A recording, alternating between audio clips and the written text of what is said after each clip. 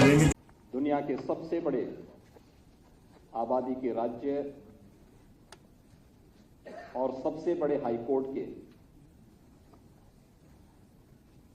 मुख्य न्यायमूर्ति माननीय न्यायमूर्ति श्री अरुण भंसाली जी, उत्तर प्रदेश शासन में मेरे मंत्रिमंडल के वरिष्ठ सहयोगी, वित्त एवं संसदीय कार्य विभाग के मंत्री श्री सुरेश कुमार खन्ना जी,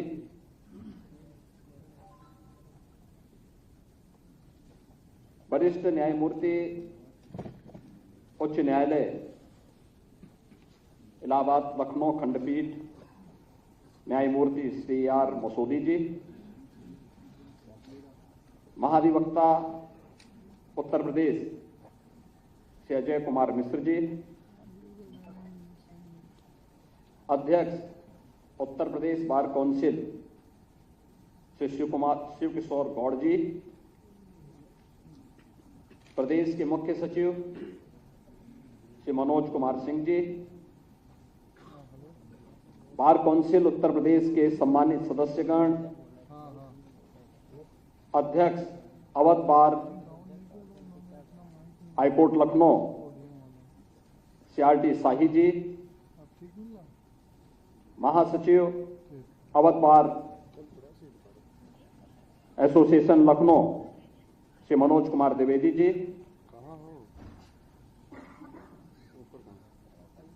वरिष्ठ उपाध्यक्ष high court bar association Shri Rajesh Khare ji, सचिव विक्रांत पांडे जी,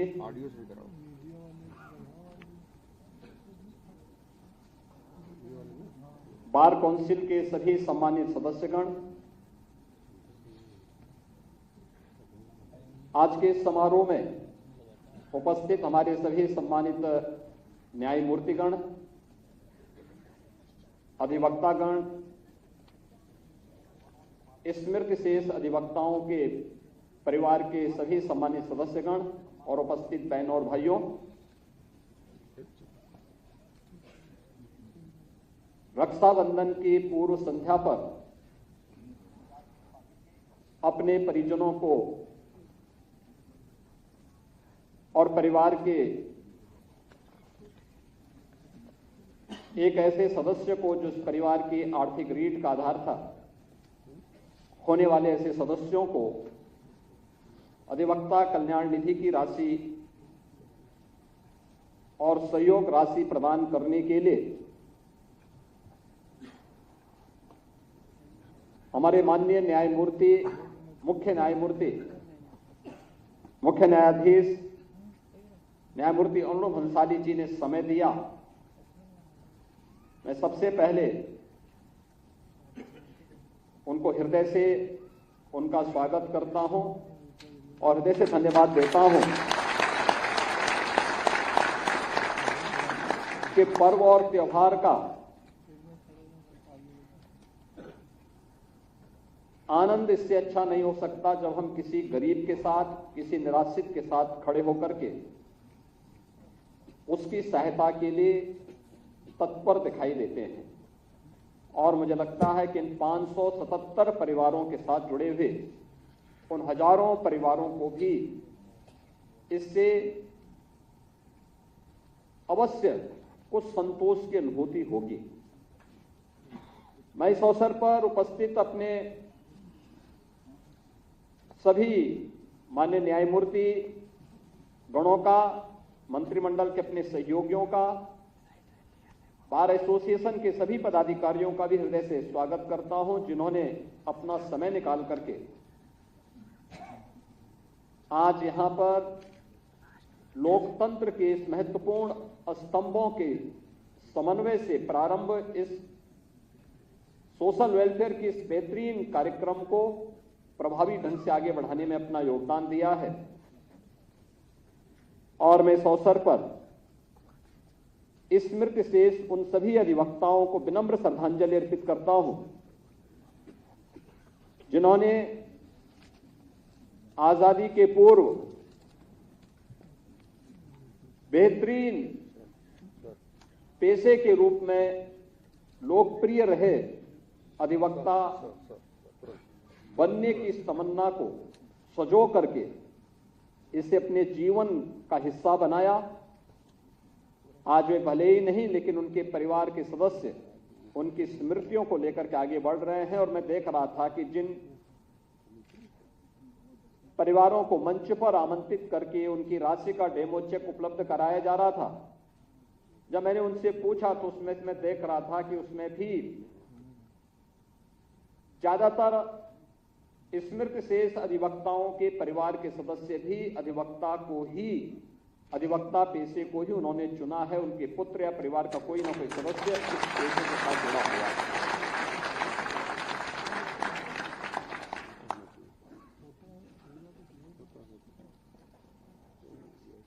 संसदीय लोकतंत्र इस समन्वय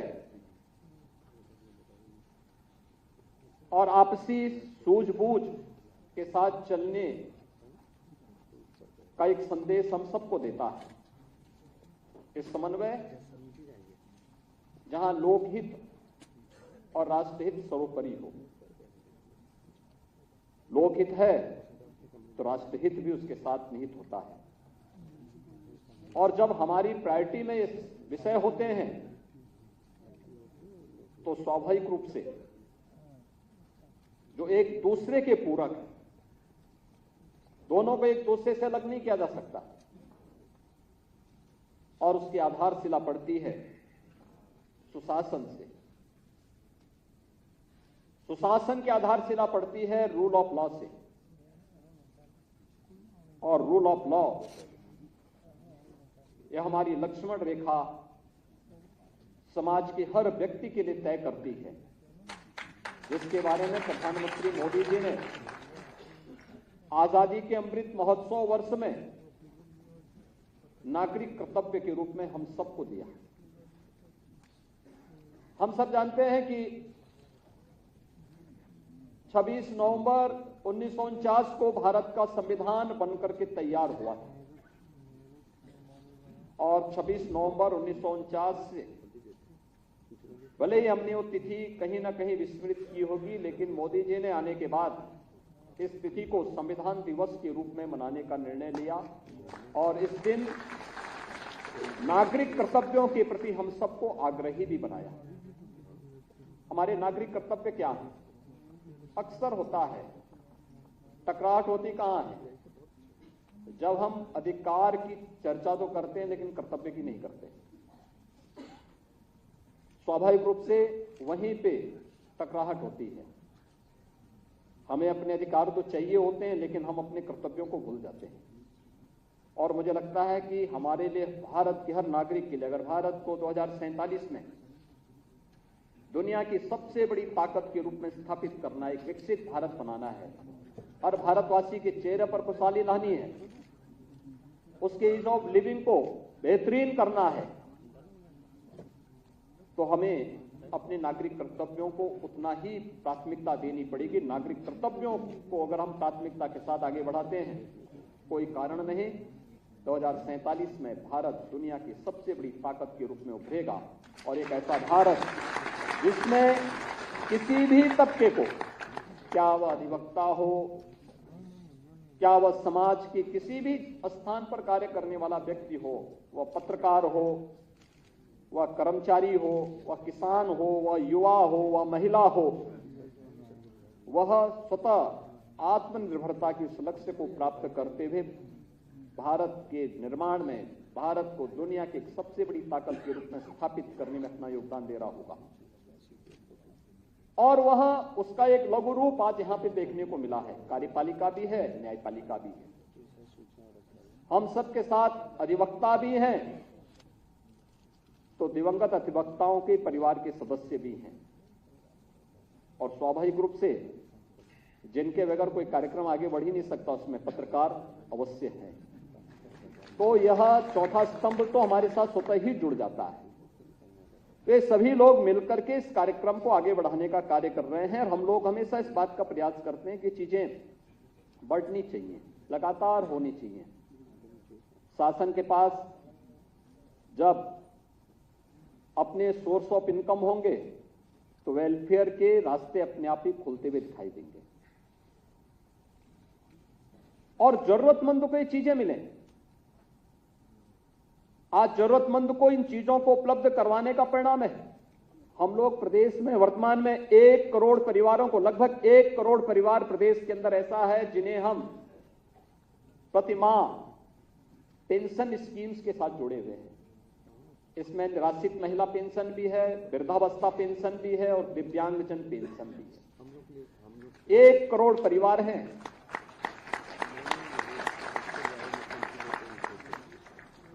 बिना भेदभाव के उसकी पात्रता तय है। और मैं यही पूछ रहा था और मैं कहूंगा, सचमुच बहुत सारे अधिवक्ता ऐसे हैं जिनका देखभाल करने वाला कोई नहीं। निराश्रित महिला पेंशन के साथ में या वृद्धावस्था पेंशन का फॉर्म अगर वे भरेंगे तो अवश्य शासन उसको कंसीडर करेगा और उनको एक निश्चित पेंशन की राशि उपलब्ध होती हुई दिखाई देगी। 5 करोड़ 11 लाख से अधिक लोगों को हम लोगों ने गोल्डन कार्ड जारी कर रखा है, जिन्हें 5 लाख रुपए हर वर्ष मुफ्त में स्वास्थ्य बीमा का कवर हम उपलब्ध करा रहे हैं। और मुझे लगता है ऐसे कोई भी जरूरतमंद होगा उसको हम अवश्य इस प्रकार की स्कीम के साथ जोड़ेंगे। प्रदेश में पिछले 7 वर्ष में हम लोगों ने 56 लाख निराश्रित लोगों को एक आवास उपलब्ध करवाया है। और आश्चर्य करेंगे, हम लोग तो भौचक रहते हैं जब उन क्षेत्रों में जाके देखते थे। उत्तर प्रदेश में 54 ऐसी बस्तियां थी जो 100 वर्ष पहले बसाई गई थी, लेकिन आजादी के बाद भी उनको वोटिंग राइट नहीं थी। 2017 तक उनको कोई वोटिंग राइट नहीं थी, उनको कोई राशन कार्ड नहीं बनता था, उनको किसी सुविधा का लाभ नहीं दिया जाता था और वे लोग एकदम खानाबदोश की तरह उन जनपदों में रहते थे, समाज से कटे हुए थे।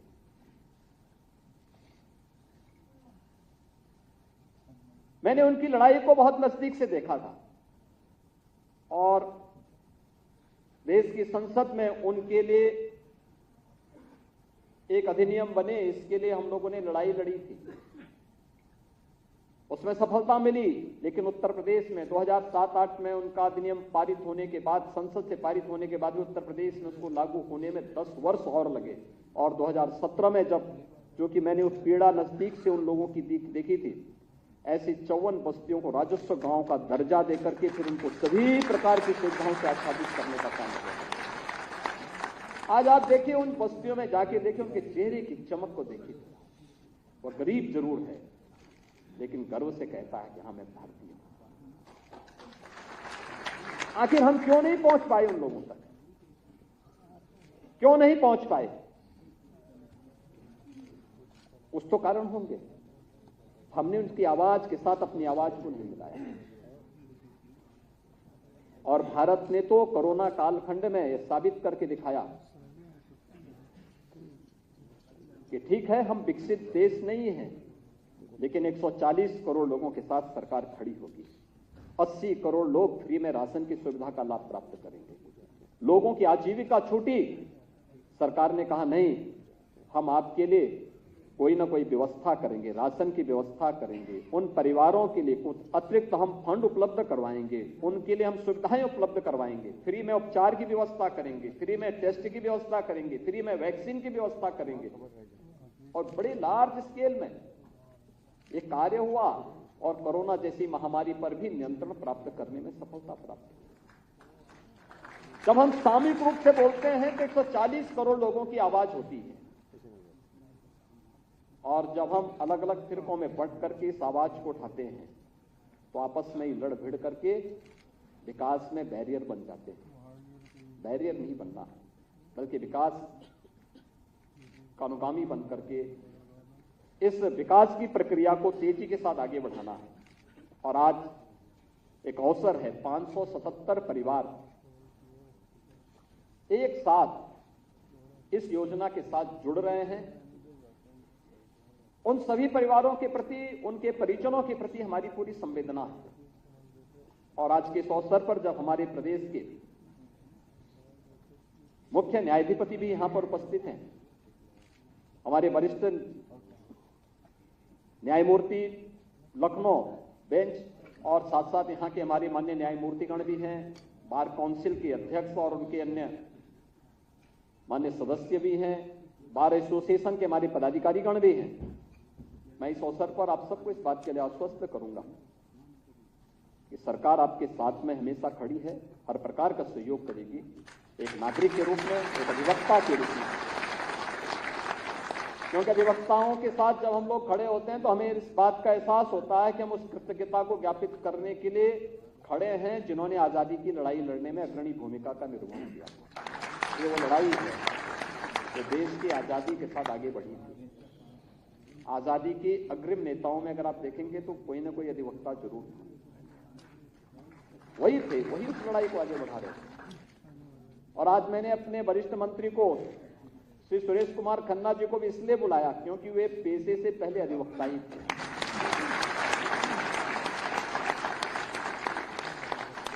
तो मैंने कहा जो कुछ बचा खुचा होगा तो उसमें वित्त मंत्री भी हैं, अधिवक्ता भी हैं, तो कम से कम अपनी बराबरी का ख्याल रखिए।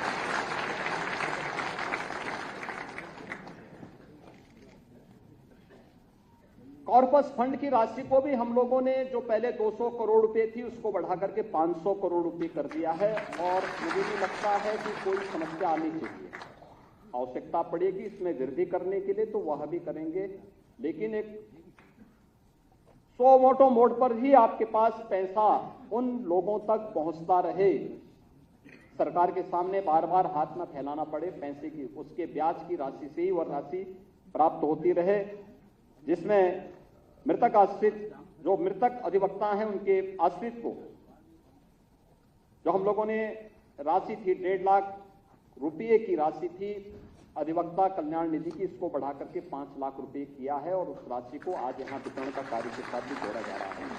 साथ साथ आयु भी पहले केवल 60 वर्ष थी, उसको 70 वर्ष किया गया। लेकिन ये मत मानिए कि 70 वर्ष हम आपकी आयु चाहते हैं, हम चाहते हैं आप 100 साल जी।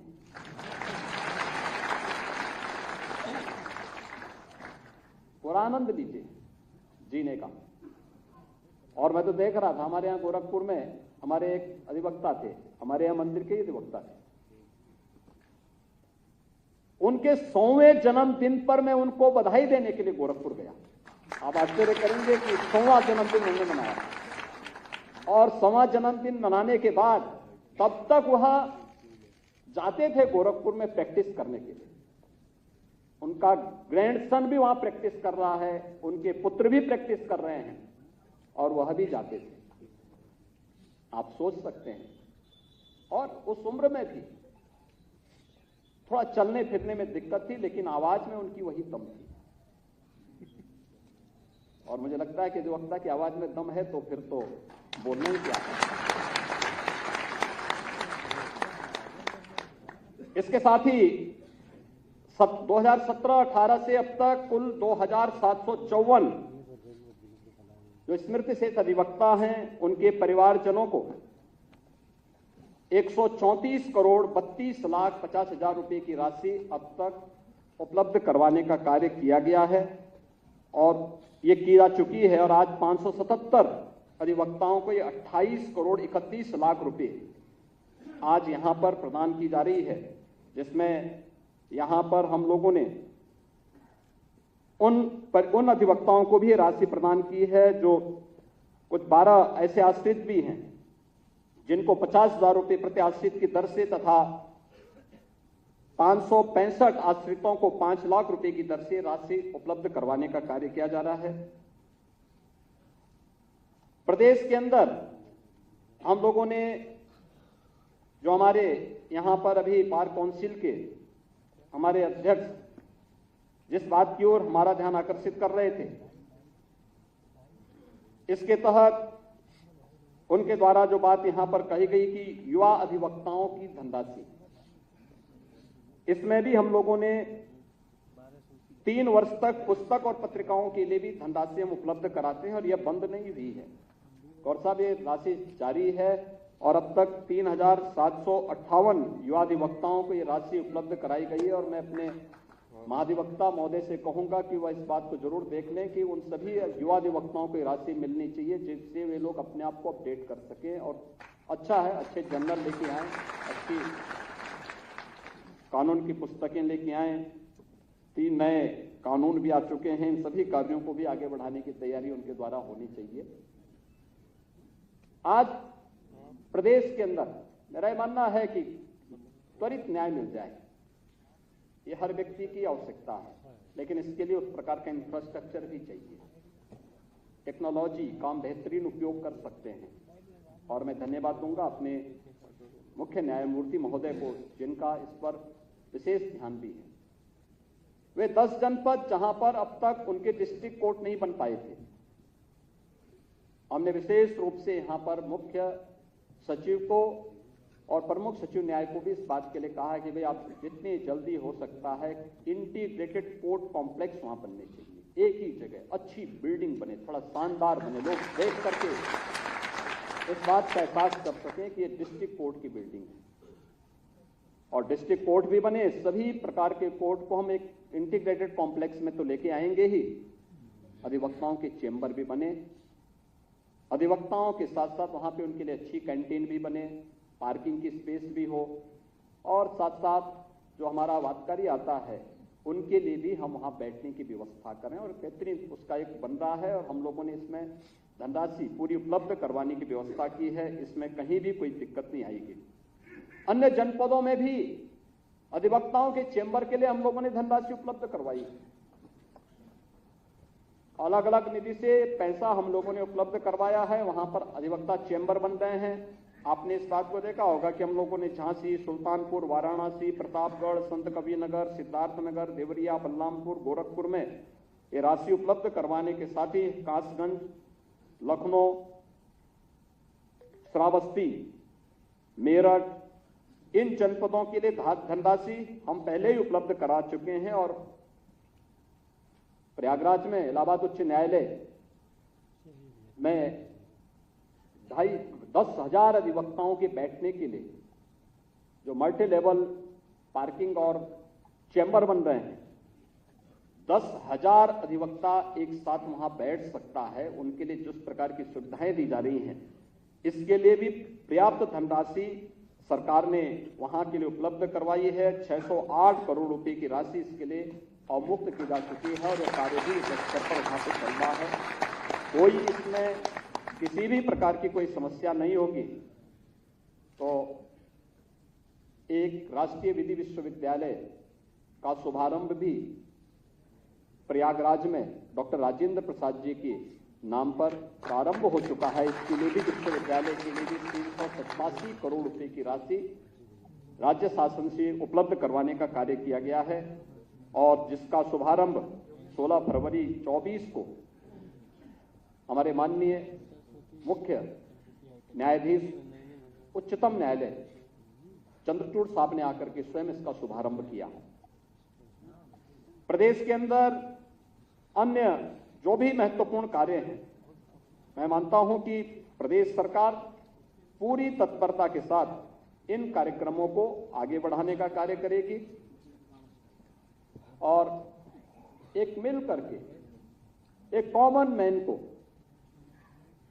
समय से न्याय देने की दिशा में बार और बेंच के साथ साथ फिर सामूहिक प्रयास के साथ जो भी एक प्रयास होगा उसके साथ राज्य शासन का भरपूर सहयोग रहेगा, पूरा सकारात्मक योगदान रहेगा, जिससे हर व्यक्ति की संतुष्टि लेवल को हम बढ़ा सकें, उसको बेहतरीन जीवन जीने के लिए प्रेरित कर सकें, सिस्टम के साथ उसका विश्वास जुड़ सके।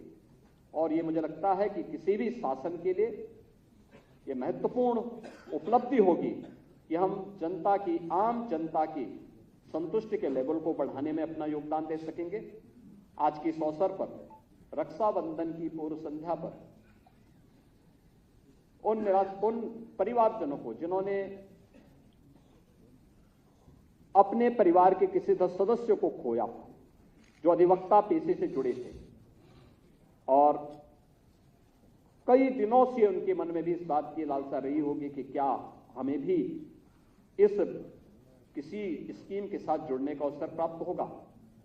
और ये मैं मानता हूं एक संजोग है कि यहां पर मुख्य न्यायमूर्ति महोदय भी, हमारे वरिष्ठ न्यायमूर्ति महोदय भी, हमारे लखनऊ बेंच के माननीय न्यायमूर्तिगण भी, हमारे वित्त मंत्री भी, मैं भी और भी सब लोग एक साथ इकट्ठे हो गए। बार काउंसिल भी, बार एसोसिएशन भी और वे परिवारजन भी यहां पर आ गए हैं।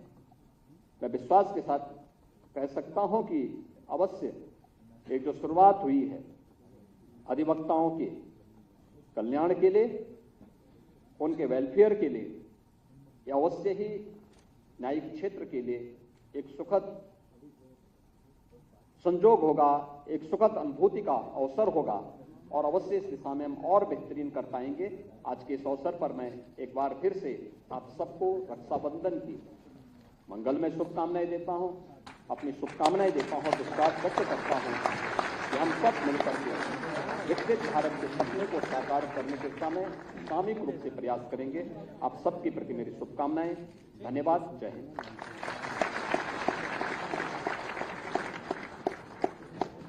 धन्यवाद माननीय, आपके प्रेरणादायी उद्बोधन के लिए। और अब अंत में